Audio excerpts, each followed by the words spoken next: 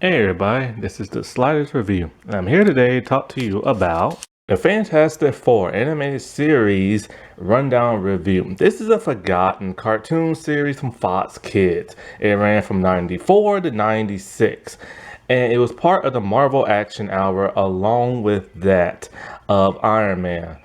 And this was this is probably like the best Fantastic Four animated series ever.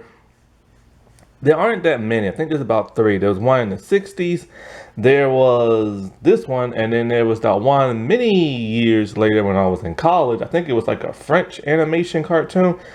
I couldn't get into that. I tried twice and I just couldn't get into it. But when it comes to season one's not that great. Season two is awesome. And same way it was with Iron Man. Like the first season was a hit with kids, but it was so corny and cringe with all the humor and stuff and the animation looking the way it did that it needed a revamp in the season two.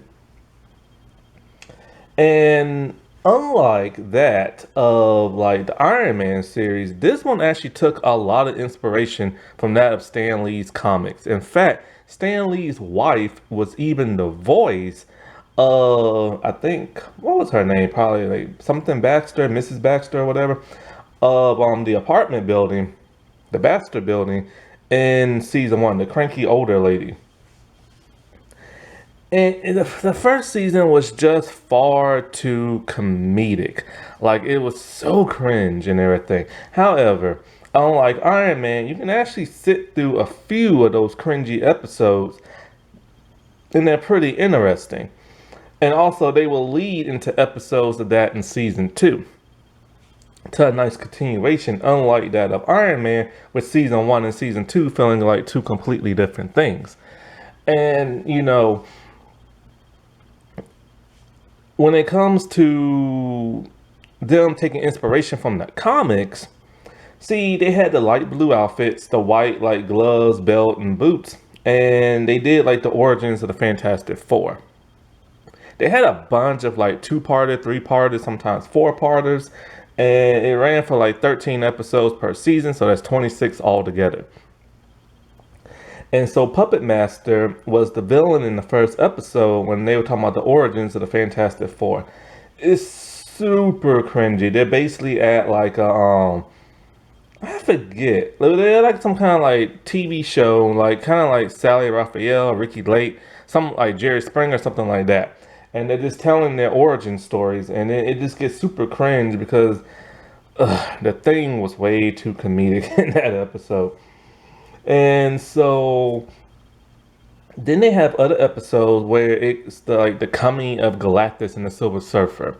And those episodes I remember were pretty cool because, who doesn't love Galactus and who doesn't love the Silver Surfer? Only problem is it was, like I said before, the show was really cringy in the animation, but you have to watch those episodes to see how they defeated him and see how it correlates to that season two. And they get like the Watcher involved, and I think Johnny had to go fly through some area of space where he wasn't allowed to touch, or like he'll be like destroyed, and so like he only had to like grab that machine that like depowered like Galactus and stuff. Now there is a Scroll episode. The Scroll episode, that's probably the cringiest one of all because the way Reed defeated them is just like the dialogue was just like terrible. Where the Scroll King dudes all like, "We are not worthy," and everything. And I'm just kind of like, what the world kind of dialogue is this?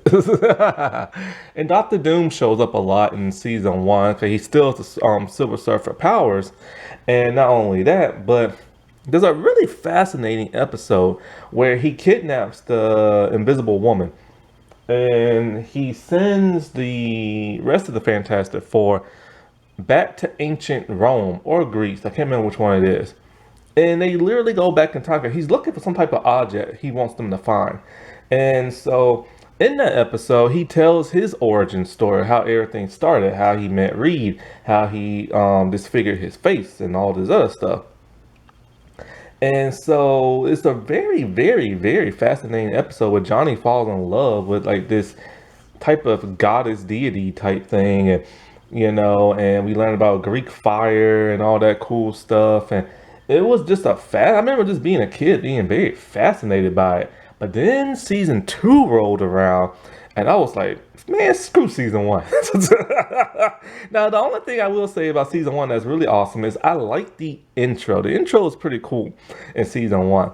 The animation style was kind of like cheesy, realistic 80s. You know what I'm saying? Like it had that 80s feel to it, even though it was in the 90s. And Stan Lee would narrate. But then you get to season two. Oh, and also in the first season, they used digital ink and paint. Also, the Submariner Namor showed up in the first season. Now, when they got into the second season, very much just like the Iron Man series, like I said, they did a revamp. They realized that the humor and the animation just had to go. So they got a completely different company. The animation was magnificent. I wish modern day cartoons looked like that. It was like surreal looking. The intro changed, the costumes changed. No more were they bright blue. Now they were like, well, technically they were still blue, but they was like black silhouette with like blue highlights. Similar to that Batman costume from Batman the Animated Series. The episodes, the writing was much more mature, more emotional, and had more meaning to them. We get even more into the comic books and more into villains.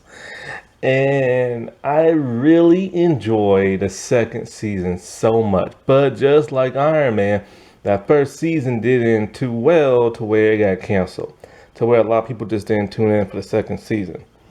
But my God, if people would have tuned in for that second season, I'm telling you, it's literally everything jumping from the comic books onto the cartoon screen. So, you have like bigger storylines, such as the Inhuman saga. See, the wizard, he brainwashed Medusa to where she doesn't remember who she is. And so she ends up catching Johnny's eye. This catches the Fantastic Four's attention. So they go to follow, and all of a sudden, I think they call it the Frightful Four. So it's Hydra Man, Medusa, and some other people. I forget their names. And they basically just fight the Fantastic Four.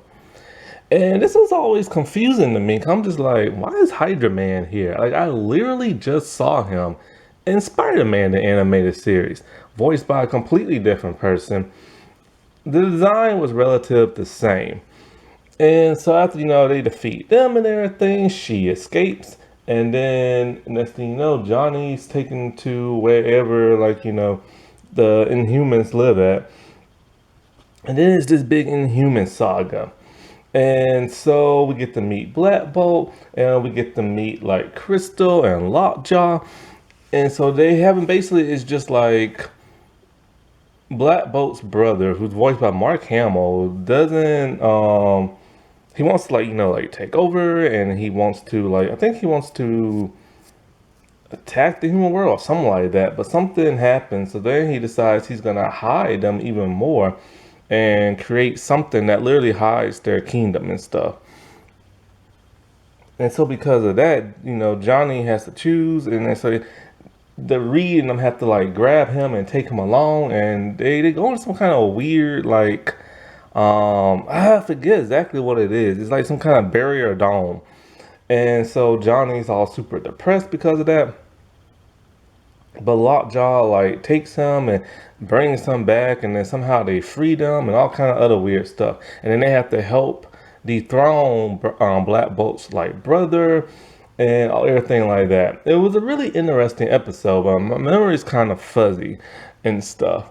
And so it was really neat to meet the Inhumans, because it's kind of like, who are they and everything? Why do they look like aliens? But then it's find out what happened with the Creed machine and all this other stuff.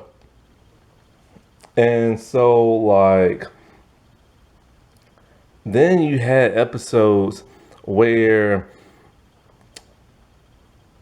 Psycho Man comes in. This is one of my favorite episodes because he uses his powers first to like piss off the Fantastic Four, make them angry and stuff, and then he brainwashes the Invisible Woman, Sue Richards, or Sue Storms, or and so like it was interesting. He turned her into Malice, Mistress of Hate, and I loved her costume and the animation, how they made her move and act all like flirting, sadistic, and like an evil way was fascinating and stuff. And for the first time in my life, I realized something.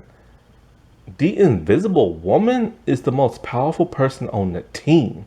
I never realized that because she always just used her powers of invisibility, or she create a force field, or she'll use her powers to like levitate up, something like that. That's about it. And so like she never really used them in like a really angry type way. But my God, because Reed, he can make like things bounce off of him. He turn elastic. Most things just can't hurt him. The Thing can go up against the Hulk, and Johnny can go Nova, and so he can like literally singe like thousands of people and stuff, or burn up the air's oxygen and anything. You know what I'm saying? But she can literally make tiny force fields go in your intestines and squeeze them. And she does that to Reed. And she does that to the Thing. I'm just like, oh my gosh, she is the most powerful person ever. And how Reed was able to like de-brainwash her was amazing. He basically just pisses her off and everything. And I think he tells her like to shut up, you don't be like a stupid little girl. And everything like that. And it just frustrates her where Psycho Man was able to lose control and stuff. And speaking of the Hulk, there is the Hulk in this episode. He comes to like town and Doctor Doom brainwashes him. Not necessarily brainwashes, just tricks him, to tell you the truth. He just tricks him and everything. And of course he goes up against the Thing. And it was a cool battle because it was said, the Thing is the most powerful person in the world until he met the Hulk and everything. And the Hulk started like whooping on him and everything. And that was like a really cool episode. And speaking of Doctor Doom, of course, he still shows up. He has two really memorable episodes. And one episode, like I said, is this one. Oh, actually, maybe there's three. And then in another one, he takes over the Silver Surfer powers again. But then there's another one. The first episode. The first one was shocking. So the first one, he created some type of bomb. And Reed tried to disable it, but he couldn't. And when it blew up, it took the powers of the Fantastic Four. So now they just became regular humans. Ben is excited because he's back human again. And he can do things with Alicia. And so, but Reed fears that their enemies will come after them. So they have to create like pretend powers using like his equipment and stuff. And so this doesn't really go well because Doom starts to get attacked.